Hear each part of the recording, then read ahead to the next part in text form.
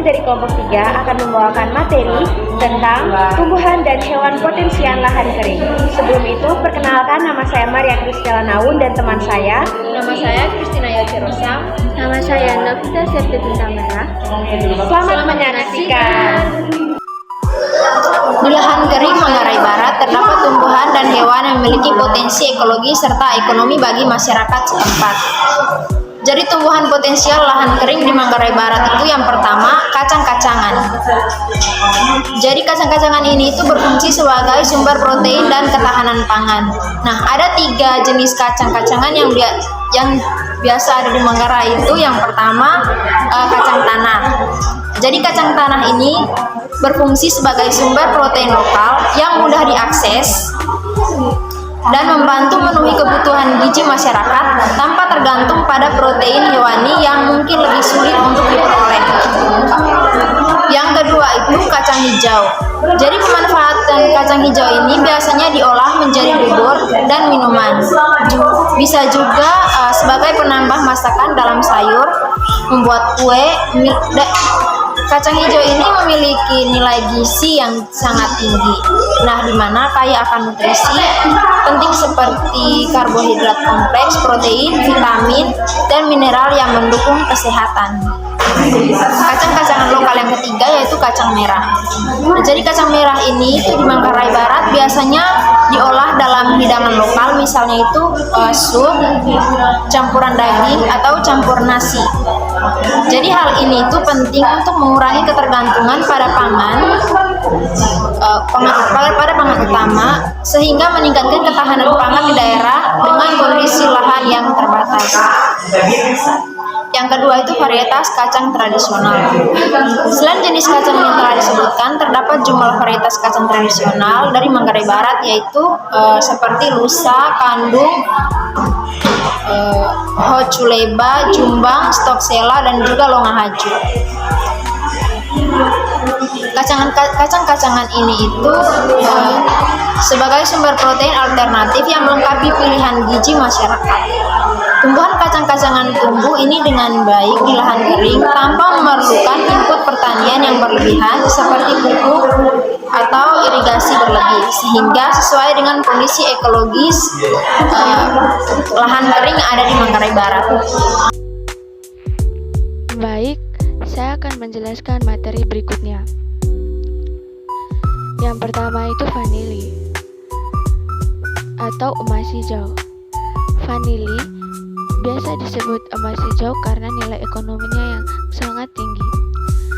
Disebutkan bahwa tanaman ini dapat memberikan pendapatan penting bagi masyarakat. Contohnya itu di Desa Loha. Vanili membutuhkan perawatan intensif, perlu penyerbukan manual, yaitu tidak bisa sepenuhnya alami. Harus ada campur tangan manusia atau juga hewan.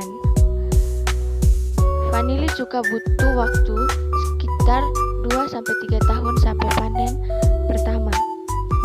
Setelah dipanen, vanili harus melalui proses pengeringan hingga sekitar 1 bulan untuk menghasilkan kualitas premium.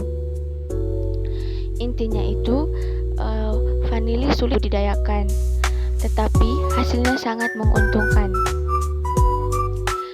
Terus yang kedua itu bambu betung atau betong. Bambu ini dikenal sebagai betong secara lokal. Kami biasa menyebutnya di Manggarai itu adalah betong.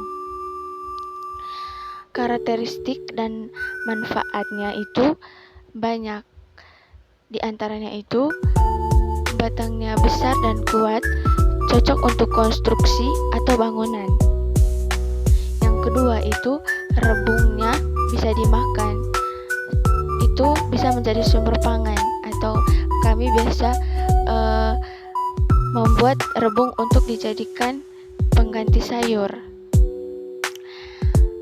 Yang ketiga itu tahan terhadap berbagai kondisi termasuk yang relatif kering. Intinya itu bambu betung adalah tanaman serbaguna, bisa untuk bangunan sekaligus pangan pengganti sayur. ketiga itu pohon pogamia untuk pemulihan lahan dan ekonomi. Pohon ini tumbuh alami di wilayah Nusantara. Adapun keunggulannya itu, yang pertama itu cocok untuk lahan marginal atau kering, menghasilkan sekitar 40% minyak, berpotensi sebagai biofuel. Terus yang berikutnya itu memberikan banyak manfaat.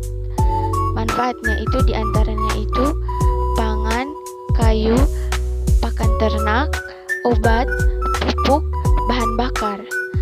Yang terakhir itu bisa membantu memulihkan lahan yang terdegradasi sambil tetap menghasilkan nilai ekonomi.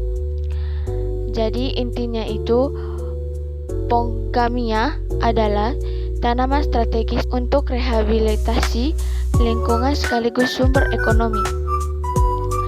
Jadi, ketiga tanaman ini dipilih karena cocok untuk kondisi lahan tertentu, termasuk lahan kering atau marginal, memberikan nilai ekonomi tinggi, serta mendukung ketahanan lingkungan dan pembangunan keberlanjutan. Oke. Lalu yang berikutnya adalah komodo atau sang penjaga keseimbangan. Penting untuk dipahami bahwa komodo itu bukan sekedar penjagaan atau pariwisata, melainkan sebagai predator puncak. Mereka adalah polisi alam yang menjaga agar populasi hewan di Manggarai Barat tidak meledak, sehingga ekosistem tetap stabil.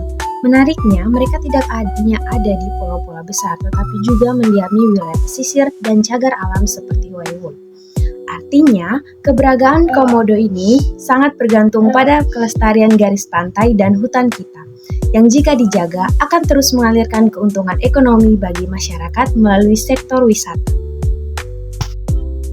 Yang berikutnya burung endemis, yaitu permata dari hutan beliling, adalah aset berharga karena menjadi rumah bagi burung-burung yang tidak bisa ditemukan di belahan dunia lain atau endemis. Kehadiran burung-burung ini seperti gagak, celepuk flores sebenarnya adalah sertifikat bahwa hutan kita masih sehat. Nah, jika hutan ini terjaga, kita bisa menarik wisatawan, khususnya pengamat burung yang biasanya ada di Manggarai Barat.